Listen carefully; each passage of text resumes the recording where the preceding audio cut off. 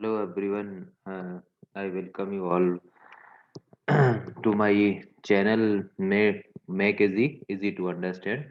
So दोस्तों आज हम सॉल्व करने जा रहे हैं इंडस्ट्रियल इंजीनियरिंग के यूपीपीएससी असिस्टेंट इंजीनियर के ओल्ड क्वेश्चन पेपर। ओके, सो जैसा कि आप सब लोग जानते हैं, ये एडवर्टीजमेंट आपका जो आया था जी नंबर A5E1 2019 है। 712 वैकेंसी थी इसमें।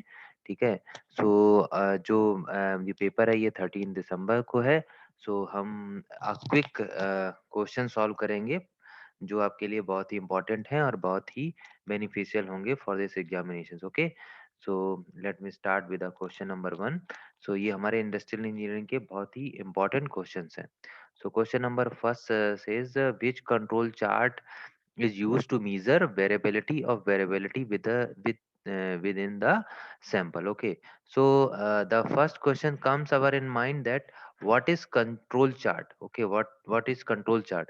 So basically control charts is a graph used to study how a process change over time. Okay, so basically ये ग्राफ होते हैं या चार्ट्स होते हैं जो ये स्टडी करते हैं कि जो कोई प्रोसेस है वो कैसे टाइम के साथ चेंज हो रही है। ओके, सो जो हमारे कंट्रोल चार्ट्स होते हैं, ठीक है, ये जो कंट्रोल चार्ट्स होते हैं, इन कंट्रोल चार्ट्स को, जो ये आपका कंट्रोल चार्ट्स होते हैं, ठीक है, इन कंट्रोल चार्ट्स को हम डिवाइड कर सकते हैं। ठीक है, जो आपके कंट्रोल चार्ट होते हैं, ये कंट्रोल चार्ट जो है ना, ये दो टाइप के होते हैं। ओके, कौन कौन से टाइप के होते हैं? एक होता है हमारा वेरिएबल मीजर, क्या बोलते हैं इसको? Variable measure. ओके, और दूसरा जो टाइप होता है हमारा, दूसरा टाइप कौन सा होता है? वो होता है एट्रीब्यूट। एट्रीब्यूट। ओके, सो ये होता है एट्रीब्यूट।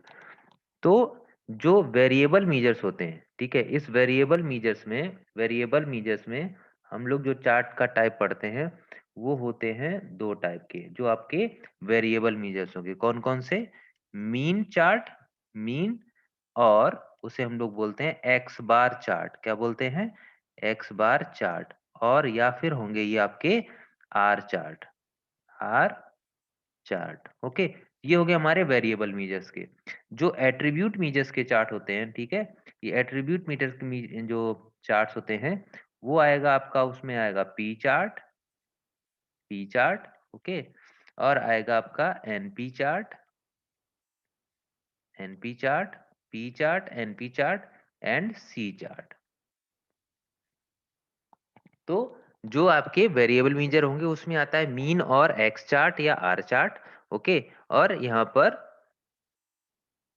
और एट्रीब्यूट चार्ट जो होगा वो उसमें आएगा आपका P chart, NP chart and C chart. ठीक है, सो जो कंट्रोल आपके जो कंट्रोल चार्ट्स होते हैं, वो कंट्रोल चार्ट्स क्या करते हैं? वो स्टडी करते हैं, किसकी स्टडी करते हैं? प्रोसेस चेंज की over the time. Okay, how a process change over a time.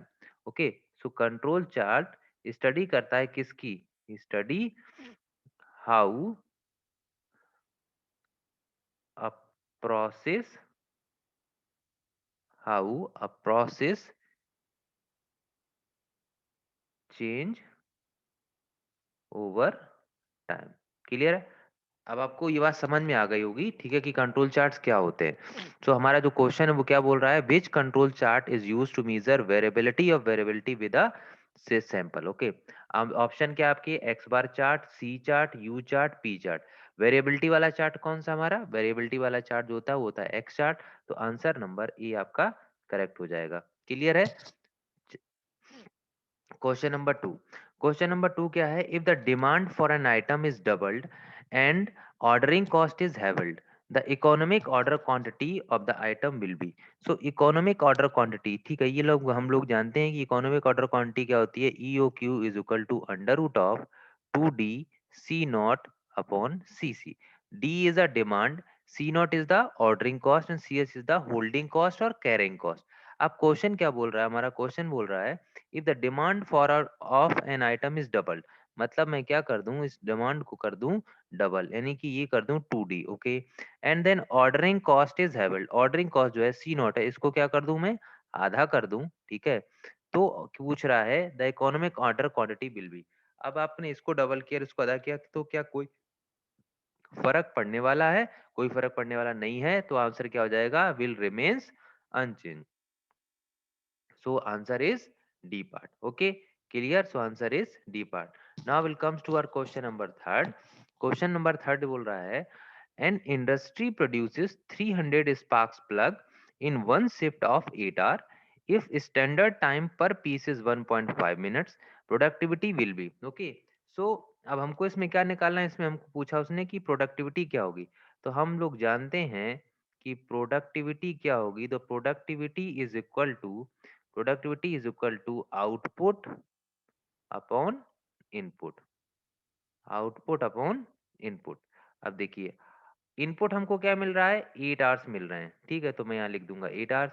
Output क्या देना है? आउटपुट आपको देना है 300 के स्पार्क्स बनाते हैं। एक बनाने में कितना टाइम लग रहा है? 1.5 मिनट में है, तो इसको क्या करना पड़ेगा? आवर्स में कन्वर्ट कर देंगे, ठीक है। कन्वर्ट करोगे तो आंसर क्या आ जाएगा? आपका आंसर आ जाएगा 15/16। ये जीरो से जीरो कैंसिल आउट हो जाएगा, ये जीरो यहाँ गया, 3 मल्टीप्लाइड रूट, तो ये 3 दूनी 6, 8 दूनी 16, तो आंसर क्या हो गया आपका? 15/16। क्लियर है? प्रोडक्टिविटी क्या होती है? Output upon input. Value put करेंगे and we will get the answer. Question number 4 क्या बोलता है? If m is the number of constraint in a linear programming problem with a two variable x and y and non-negative constant x and y, the feasible region in a parallel line solution should be surrounded by। देखिए m number of constant हैं और दो constant true variable हैं, तो दो constant और हो गए, तो टोटल नंबर ऑफ वेरिएबल कितने हो जाएंगे? m plus X and Y 2। तो आंसर क्या हो जाएगा? m plus 2 line. क्लियर है? अगला क्वेश्चन पढ़ते हैं। The effect of stock out of A commodity. अगर आपकी कोई कमोडिटी है उसका स्टॉक आउट हो जाती है तो क्या क्या फर्क पड़ेगा? देखिए उस पे फर्क चार पड़ते हैं। आपका जो कस्टमर है, या तो कस्टमर उसको वेट कर लेगा, अगर आपकी कमोडिटी नहीं है, आपके पास स्टॉक आउट हो गई है, तो कस्टमर की जो डिपेंड बनेगा वो चार कंडीशन बनेगी। क्या बनेगी?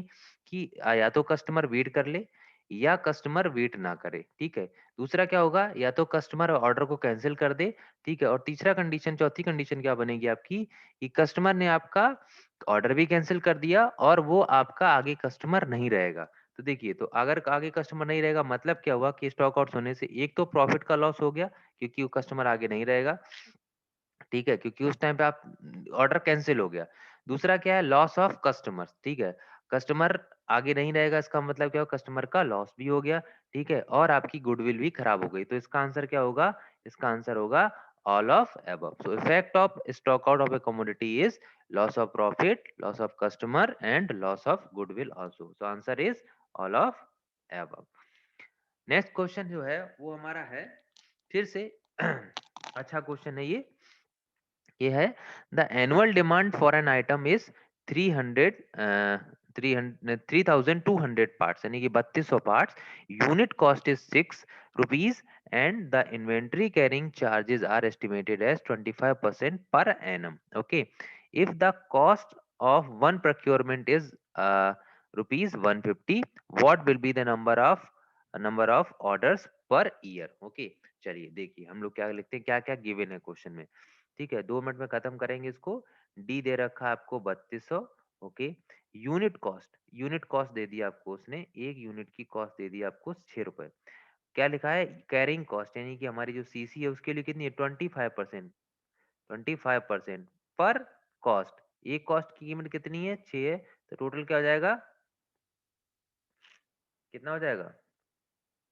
25 चक्का 150, 1.5 रुपीज। ओके, और क्या दे रखा है आपको? ये सीसी होगी। सी नॉट कितना दे रखा है? सी नॉट दे रखा है उसने 150। पूछा क्या है? The number of orders per year. So number of orders per year क्या होगा आपका? वो होगा डिमांड डिवाइड बाई क्यू, यानी कि क्वांटिटी। क्वांटिटी कैसे निकलेगी?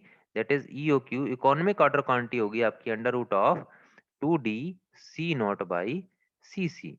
तो जब हम यहाँ पर वैल्यू पुट कर देंगे कितनी आएगा? 2D कितना है हमारा? 3200 multiplied by C naught is 150 divide by 1.5।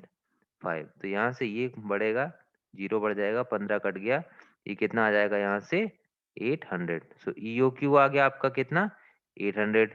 ठीक है, तो यहाँ से हमें चाहिए नंबर ऑफ ऑर्डर, तो मैं यहाँ लिख लेता हूँ नंबर ऑफ ऑर्डर कितना हो जाएगा, डी कितना है 3200 और आपका क्यू कितना आया 800, डिवाइड किया, आंसर इज 4। Answer is 4। तो ऑप्शन क्या हो जाएगा ए पार्ट। ठीक है, नेक्स्ट क्वेश्चन की बात करेंगे कि in queuing theory the ratio of mean arrival rate and the mean service rate is termed as, इसको हम लोग बोलते हैं क्या, this is known as utilisation factor. Channel efficiency भी इसी का नाम होता है, यूटिलाइजेशन फैक्टर बोल सकते हो, चैनल एफिशिएंसी बोल सकते हो। It is the ratio of mean arrival rate to the mean service rate. तो answer is B part. Okay, next question, question number 8. If in graphical solution of linear programming problem, the objective function line is parallel to the line representing constant equation, then the solution of the problem is, जब कभी ऐसी condition बनती है तो क्या बनते हैं, इस केस में मेरे जो बनते हैं वो बनते हैं इनफिनाइट सॉल्यूशन बनते हैं। क्या बनते हैं आपके, infinite number of optimal solution बनते हैं। तो ऐसी कंडीशन में जब इनफाइनाइट नंबर ऑफ सॉल्यूशन बनते हैं क्या बनेंगे, infinite infinite number of optimal solution, number of optimal solution बनेंगे। इसमें ऐसा कोई ऑप्शन नहीं है, इसलिए answer D part, none of above. अगला क्वेश्चन करेंगे, अगला क्वेश्चन क्या, in a queuing theory if the arrivals are completely random then the probability distribution of number of arrivals in a given time.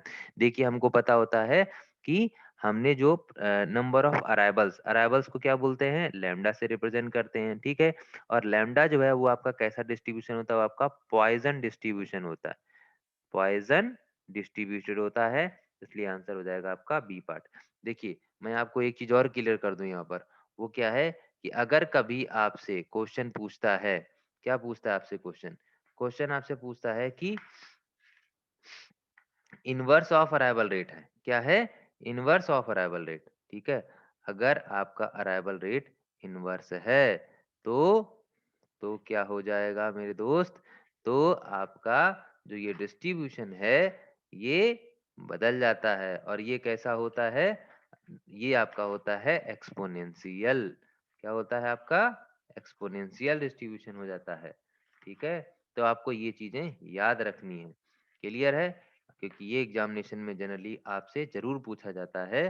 ठीक है, तो आपको क्या करना है मेरे दोस्त, ये बात आपको याद रखनी है कि अगर लैम्डा है अराइवल रेट तो वो क्या होगा, पॉइजन डिस्ट्रीब्यूशन होगा, और अगर 1/λ है, ठीक है, अगर यही 1/λ हो जाएगा तो ये आपका एक्सपोनेंशियल हो जाता है।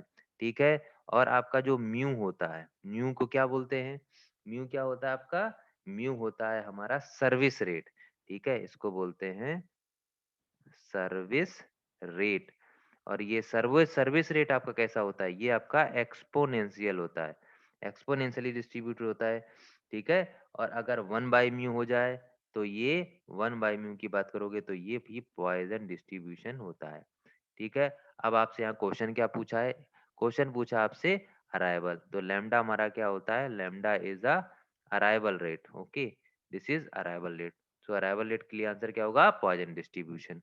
क्लियर है, आगे चले, अगला है ABC analysis of inventories, A item usually constitute. Okay, so A item usually जो कंस्टिट्यूट करते हैं वो क्या करते हैं, देखिए जो आपका एबीसी एनालिसिस होता है, जो आपका एबीसी एनालिसिस होता है, ठीक है, वो आपका बेसिकली डिपेंडेंट होता है यूजेस पर, कि परसेंटेज यूजेस कितना है उसका।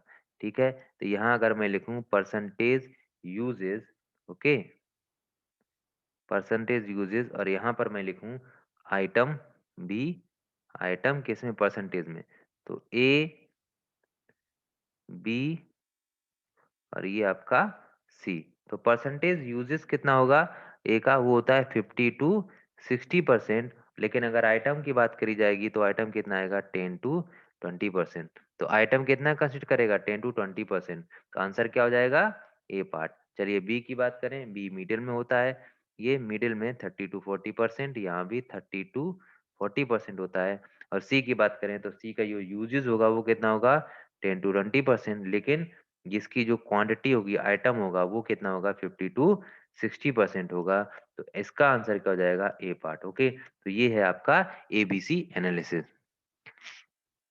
Increase in economic order quantity results in, देखिए अगर हम बात करें increase in economic order quantity की तो इसकी वैल्यू क्या होती है 2D C naught by C C. तो क्या लिखा है, अगर मेरे को ये चीज बढ़ानी है, ये चीज बढ़ानी है तो क्या हो, ये चीज घटे, ठीक है, और ये बढ़े तो ये बढ़ जाएगी। क्लियर है?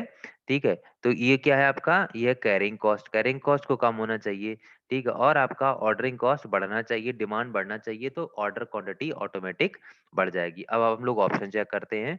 ऑप्शन क्या है, इंक्रीज इन इन्वेंट्री कॉस्ट करेंगे, अगर मैं ये बढ़ाऊंगा तो ये चीज घट जाएगी, तो ये हो नहीं सकता। ठीक है, decrease in ordering cost, decrease करेंगे तो इकोनॉमिक क्वांटिटी भी डिक्रीज कर जाएगी, तो ये भी नहीं हो सकता। ठीक है, decrease in total cost, total cost अगर कम करेंगे तो डिक्रीज हो जाएगा, ये भी नहीं हो सकता। ठीक है, बट अगर आप पहले कॉस्ट को, टोटल कॉस्ट को डिक्रीज करोगे देन इंक्रीज करोगे तो इसकी वैल्यू क्या होती है, वो बढ़ जाती है। तो ऑप्शन क्या बचा मेरे पास, डी पार्ट ही आंसर आएगा।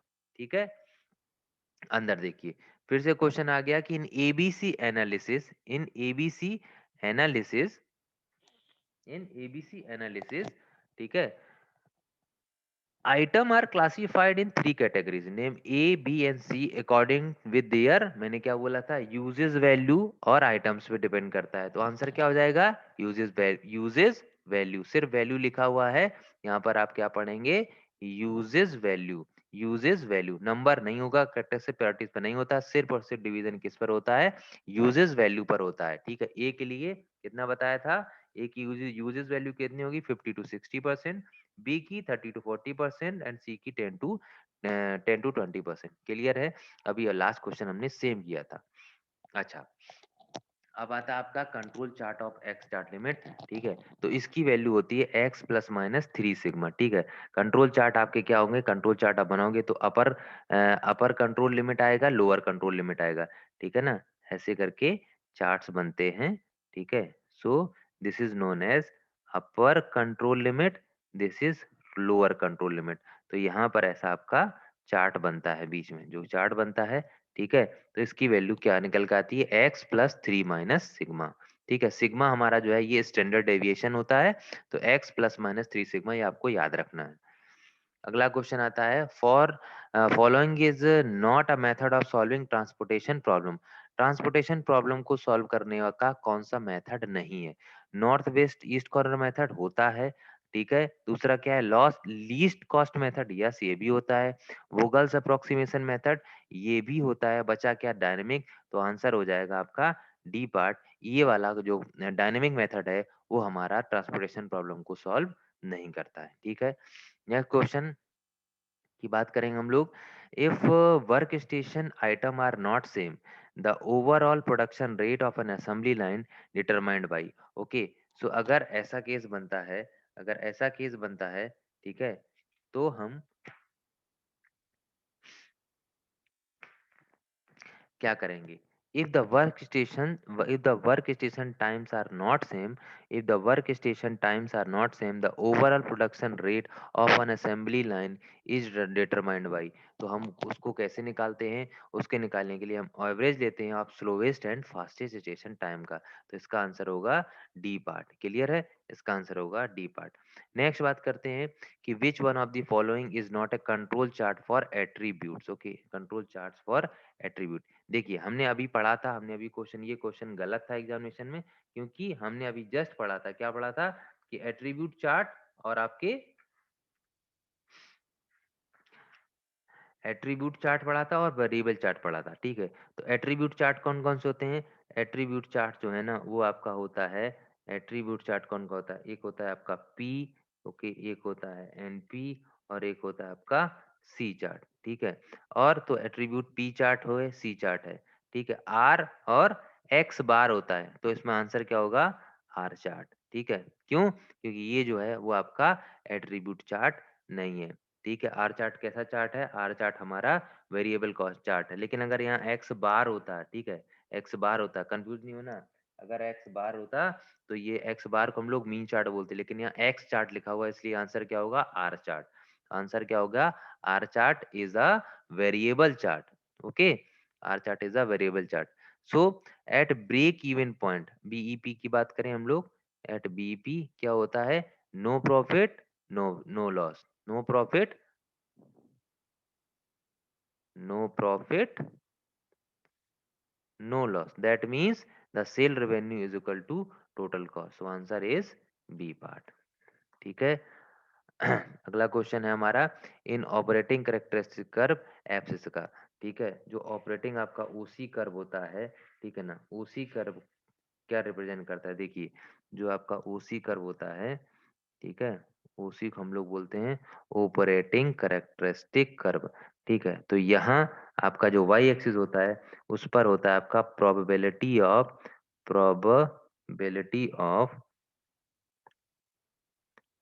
Probability of acceptance. Okay, acceptance. और इधर क्या होता है, इधर एक्स एक्सिस पे होता है परसेंटेज और fraction defect, defective fraction defective. Clear है, तो ये कुछ इस टाइप का चार्ट बनता है आपका, ठीक है ना, ऐसे चार्ट बनता है। ठीक है, तो जो ये वाला रीजन होता है, इस रीजन को अगर मैं बात करूं, ठीक है, तो इस रीजन को, जो ये वाला रीजन आपका निकल के आएगा, ठीक है, ये रीजन, दिस रीजन को हम लोग बोलते हैं alpha, that means this is producer risk, this is producer risk. जो प्रोड्यूस कर रहा है ये उसकी रिस्क होती है। ठीक है, और अगर मैं यहाँ की बात करूँ, ठीक है, जो ये चार्ट आपका फिर से ऐसे हो जाता है, ठीक है, थोड़ा सा कर्वेचर इस टाइप का बनेगा। ठीक है, तो इसको क्या बोलते हैं, this is known as beta. ये जो है आपका ये कंज्यूमर रिस्क है। क्या है, कंज्यूमर रिस्क। क्लियर है, ये है, this is our actual OC curve, that is operating characteristic curve. अब इससे पूछा क्या, एफएसआ पर क्या होता है हमारा, परसेंटेज डिफेक्टिव। तो नंबर ऑफ डिफेक्ट नहीं, परसेंटेज डिफेक्टिव होता है, फ्रैक्शन या परसेंटेज डिफेक्टिव। आंसर क्या हो गया आपका B part. Probability of acceptance किस पे आएगा, वो होता है हमारा वाई एक्सिस पे। This is our Y axis, this is our Y axis, this is our X axis. तो एक्स एक्सिस को हम लोग एब्सिसा भी बोलते हैं। ठीक है, तो एक्स एक्सिस पर क्या आएगा, वहां पर आएगा percentage of defective, percentage defective या फ्रैक्शन डिफेक्टिव। ठीक है, क्लियर। तो ये थे हमारे कुछ 18 क्वेश्चंस। ठीक है, अब आप समझ सकते हो कि 18 क्वेश्चन कितने इंपॉर्टेंट हैं। ठीक है, सो आई होप आपको ये क्वेश्चन समझ में आए होंगे। अगर आपको समझ में आए हैं तो चैनल को सब्सक्राइब करें, ठीक है, और शेयर करें। धन्यवाद।